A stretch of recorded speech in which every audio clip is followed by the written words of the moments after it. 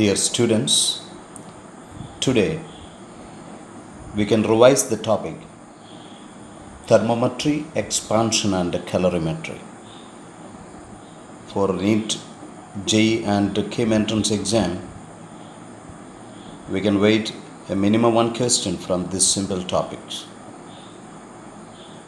Thermometry, this branch of science for thermometers, the device used to measure the hotness or coldness of a body, nothing but the temperature. You should know what you mean by the thermometric property. The thermometric property may be a length or pressure or volume or resistance, but keep in mind the property of materials used for the measurement of unknown temperature. That is called the thermometric property. It may be length, volume, pressure, resistance, etc., which changes linearly with the temperature. In old thermometry, two fixed points, the freezing point or the ice point, boiling point or steam point, are used to define a temperature scale. If you know the linear variation of length for a liquid,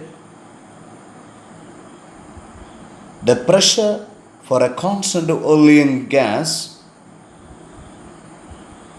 or volume for a gas at a constant pressure, resistance for a platinum material, then we can find that unknown temperature by that thermometric property through the simple relation as T is equal to xt minus x0 by S100 minus x0 into 100 degrees Celsius. And keep in mind this is valid for Celsius scale, and xt means the value of that parameter at 2 degrees Celsius, and x0 means the value of that parameter at 0 degrees Celsius.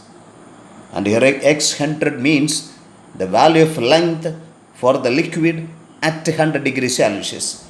By using that simple concept, we can find the temperature at any linear variation of that thermometric property.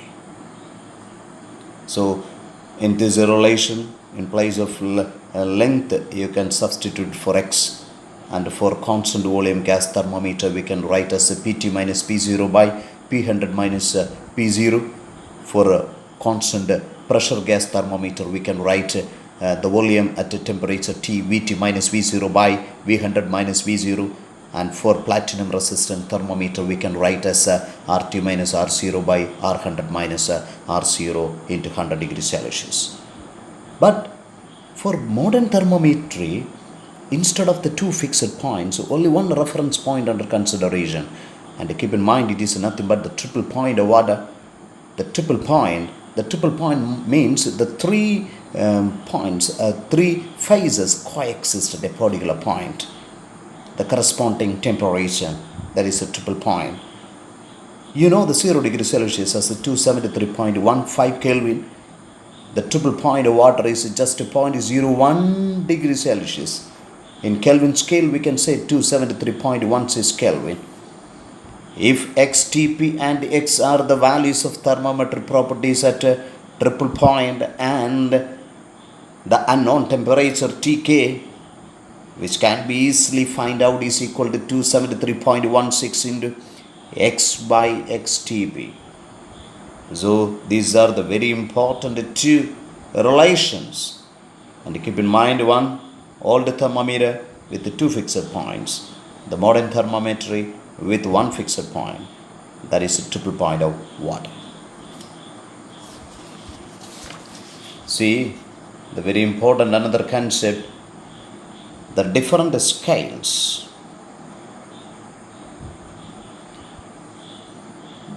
For knowing that one, two fixed points. It is very important. The lower fixed point and the upper fixed point. In order to know that one, you should know a general relation.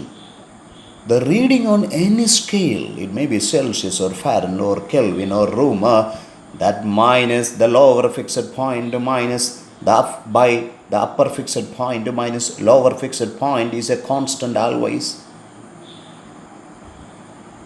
So for the Celsius scale, the lower fixed point is 0. The upper fixed point is 100. For a Fahrenheit scale, the lower fixed point is 32. The upper fixed point is 212. For Kelvin scale, that is 273.15, and the upper fixed point is 373.15. For Romer, it is 0 and 80. If we know that one, we can connect the different scales through the simple relation C minus 0 by 100 minus 0, that is for the Celsius scale, it is equal to F minus 32 by 212 minus 32 for Fahrenheit, and is equal to K minus 273.15 by 373.15 minus 273.15 for Kelvin, and is equal to R minus 0 by 80 minus 0. So we can simplify with the divisions between 0 and 100. For Celsius it is 100, for Fahrenheit it is 180, for Kelvin it is 100, and for Romer it is 80.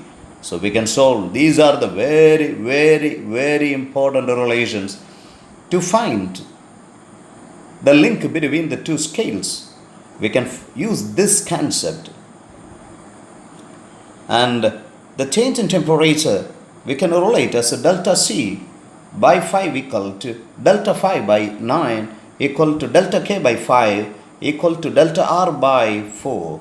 These are the very important two relations. We can go with some important previous year questions. A faulty thermometer has its fixed points marked as 5 degree and 95 degree. The temperature of a body as measured by the faulty thermometer is 59 degree. Find the correct temperature of the body on Celsius scale. Suppose that temperature is labeled as Xc. We can write the general relation as Xc minus 0 by 100 minus 0 equal to that faulty temperature minus its lower fixed point by upper fixed point minus lower fixed point. So Xc by 100 equal to that 59 minus the lower fixed 5 by the upper fixed point 95 minus 5. So you get the answer as 60. A good question. See, a Celsius and a Fahrenheit thermometer are put in a hot bath. The reading on Fahrenheit thermometer is just 3 times the reading on Celsius thermometer. What is the temperature of the bath? So we can write the simple relation. We can relate between the Celsius and the Fahrenheit scale through the simple relation here. C by 5 equal to F minus 32 by 9. So by putting say C as X and F as 3X, it is given in the question. So we can easily find the Celsius scale as is equal to 26.6 degrees Celsius.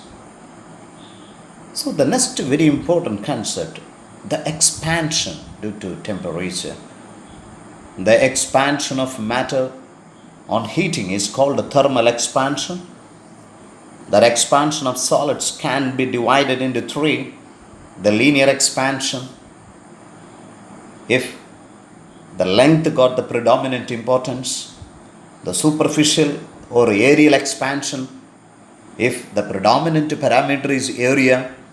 And then cubical expansion or volume expansion, if the predominant important parameter is volume. So look, the variation, the length with respect to the change in temperature delta theta, and keep in mind the variation in any parameter depends upon the 2 important concepts. One, the change in temperature, and also its initial value. And based on that, we can derive it to be the variation of length with respect to the temperature change as L equal to L0 into 1 plus alpha delta theta. And there alpha is the very important concept. and is expressed in terms of per degree Celsius or per Kelvin, and is called the coefficient of linear expansion.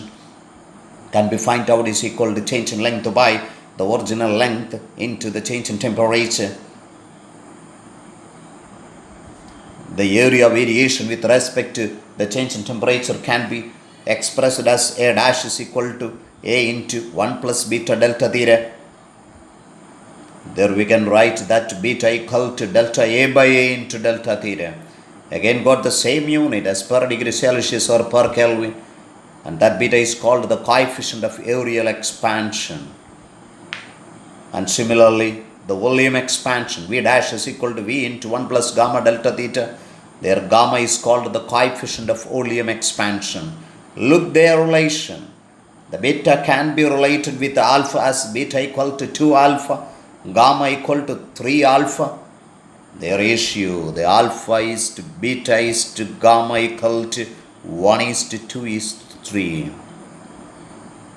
So we can move with some problematic situations in relation with expansion. The first one, maybe with the one application, the bimetallic strip. Two strips of equal length but different metals are placed on each other. When temperature increases, these metals have unequal expansions.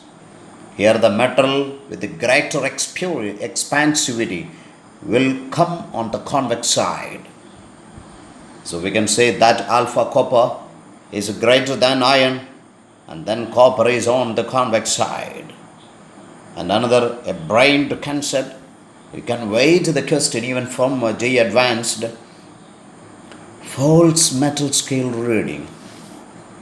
And suppose a scale gives the correct reading at theta degree Celsius, at theta dash which is greater than theta, due to linear expansion of the scale reading will be lesser than the true value.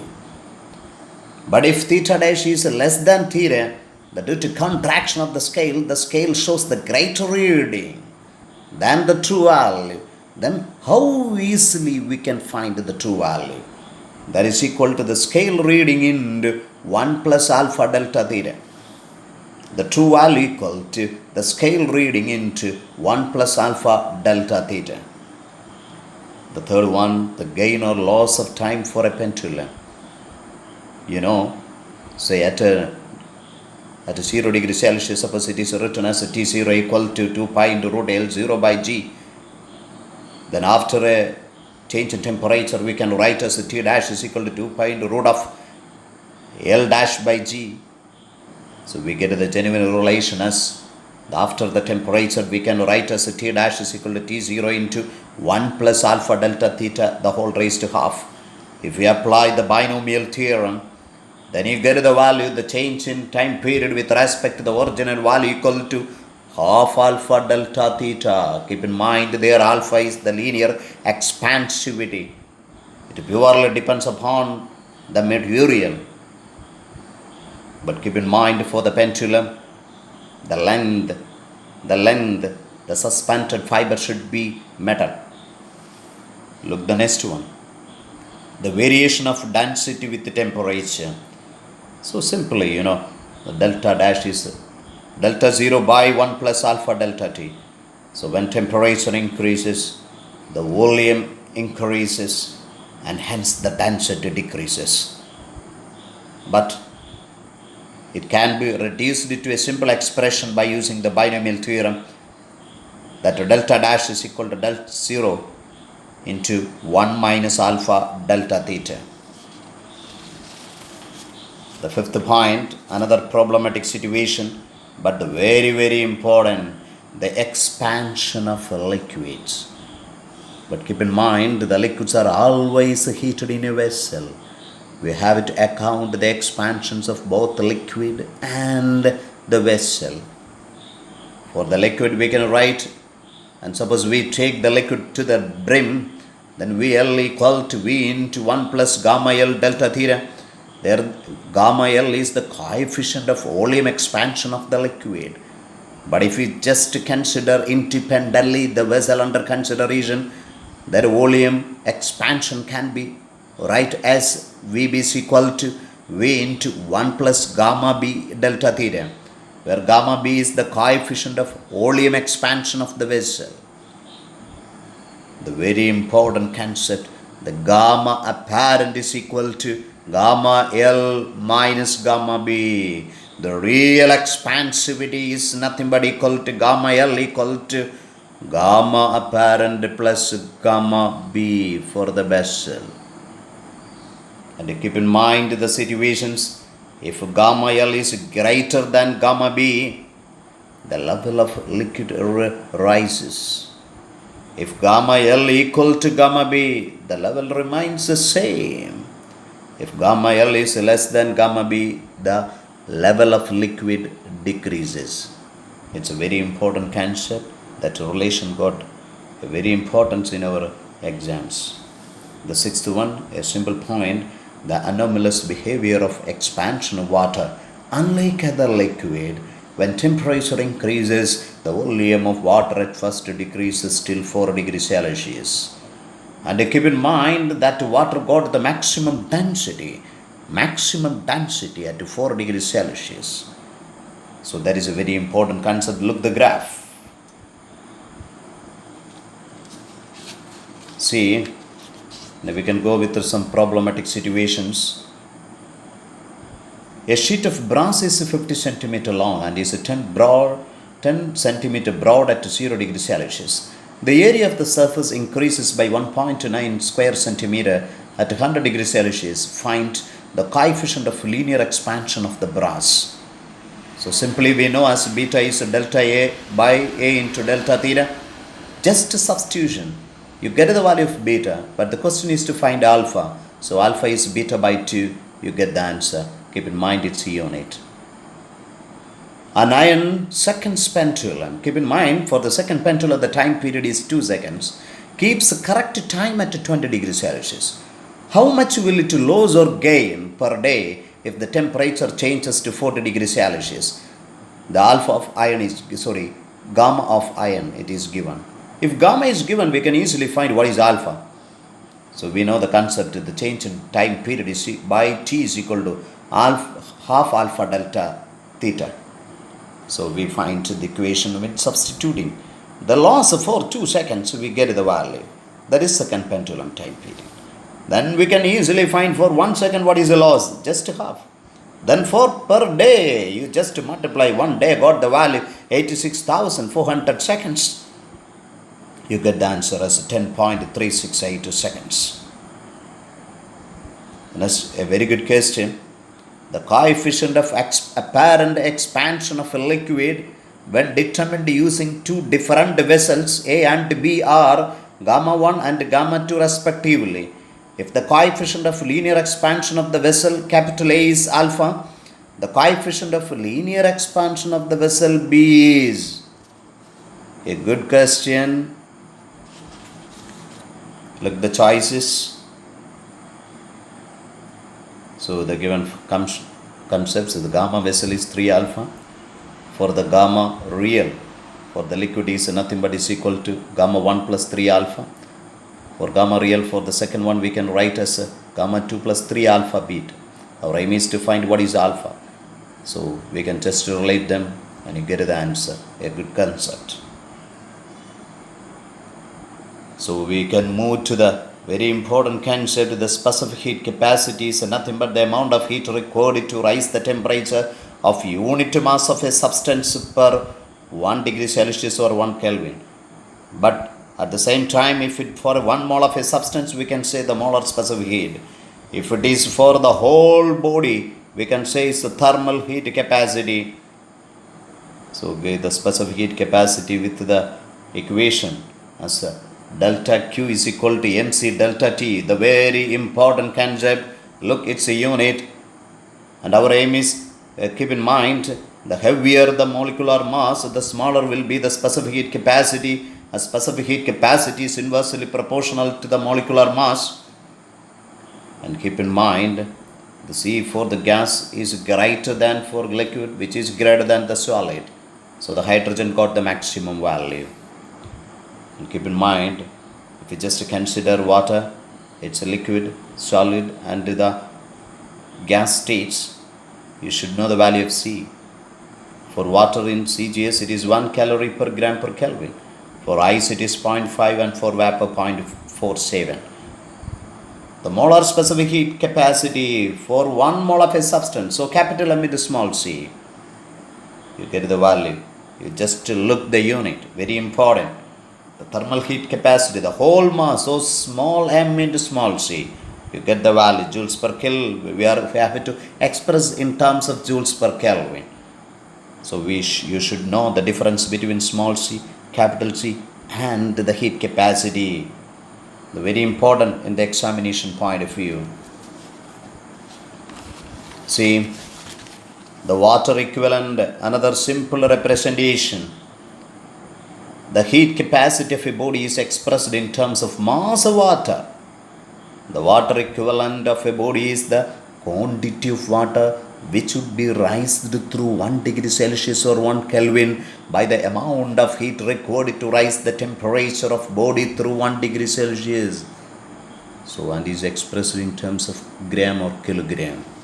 The latent heat, the amount of energy needed under phase change at a constant temperature, are of two types: the latent heat of melting or fusion, the latent heat of vaporization. We have to use this expression as Q is equal to M into L, where L is the latent heat. And keep in mind, for water concept, for ice water at 0 degree Celsius, and ice converted into water at 0 degree Celsius, if we need the amount as latent heat of fusion as 80 calorie per gram. But for vaporization, to convert the water at 100 degrees Celsius into vapor at 100 degrees Celsius is 540 calorie per gram. The two data are very, very important. Then for the section, the very important concept, the principle of calorimetry. The heat lost is equal to heat gained. When two bodies at different temperatures are mixed, heat will be transferred from the body at higher temperature to a body at lower temperature till both acquire the same temperature. And see,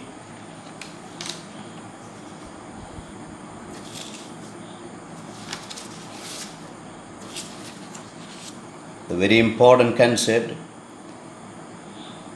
the temperature of the mixture is always greater than or equal to the lower temperature, and it must be less than or equal to the higher temperature. You should do maximum problems based on this calorimetry. May arise a little bit misconcept, so try to do it. If you have any doubt, then approach me.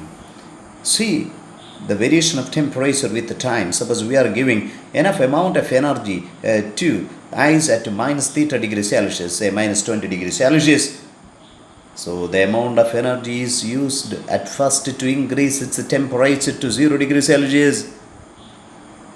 Then after that, the given amount of energy is utilized to the process of melting. So the 0 degree Celsius of ice is converted into water at 0 degree Celsius. 80 calorie of energy is used. Then after that, the given amount of energy is utilized to increase its temperature to 100 degrees Celsius of water. Then after that, the gaining amount of energy is used to convert into vapor at the 100 degrees Celsius. Then again it increases its temperature. So the very important concept. But keep in mind, while rising temperature, you have to use the relation mc delta theta. But for the phase change, we have to use m into L. So for the temperature change, mc delta theta. And for the phase change as m into L. We can do some questions. 90 gram of water at 30 degrees Celsius and 5 gram of ice at minus 20 degrees Celsius are mixed together in a calorimeter. What is the final temperature of the mixture? Look the concept, the principle of calorimetry. So what happened for ice? It gains amount of energy from water. Then what are the processes? Here, minus 20. The ice at minus 20 degrees is converted into ice at 0 degrees Celsius. Then the melting process. Then its temperature increases and heat is lost by the water. We can write as MC delta theta. So it is specifically ice, M into L ice, latent heat. Here the specific heat for water, keep in mind. So you just a substitution, you get the answer. Look, the very important next concept. A bullet of mass 10 into 10 raised to minus 3 kilogram moving with a speed of 20 meter per second hits an ice block of 990 gram kept to rest on a frictionless floor and gets embedded in it. If ice takes 50% of the kinetic energy lost by the system, the amount of ice melted approximately is, you know the simple concept, the kinetic energy of the bullet. So you get the value 2 joule. It is so easy to dealt with our CJ system. So 2 by 4.2 calorie. What is the heat gained by the ice to melt? So simple as that into 50% of the energy. So that is nothing but M into L. So you can find the value for L, the amount used. So we can find the value for M is equal to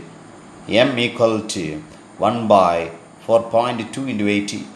So that is equal to 3 into 10 raised to minus 3 gram. Look the next question.